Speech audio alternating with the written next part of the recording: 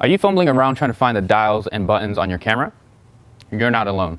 But if you can remember to find one thing other than your shutter button, make it your exposure compensation button or dial. Here's why. It's the easiest and fastest way to find the exposure that you want. Let me explain. Your camera adjusts the settings to what it thinks the proper exposure is. You may not agree. By using your exposure compensation dial, you can quickly make minor or major adjustments to how much light in your camera lets in. How does it do this?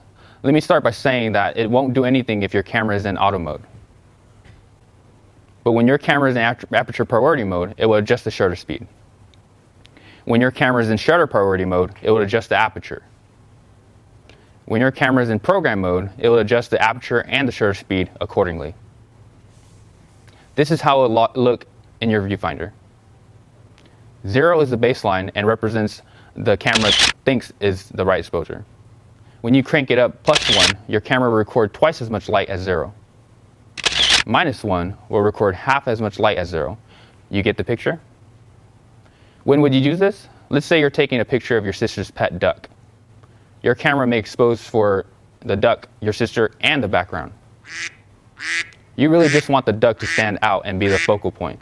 That's when you would use your exposure compensation dial. Adjust it up or down in small increments until you are satisfied how your subject is exposed. Why not just use the aperture and shutter dials? You can. But just remember, your exposure composition dial is the fastest and simplest way to make your adjustments. Do you want to learn more about exposure compensation dial? Come into Horn Photo and talk with our experts. Got the picture?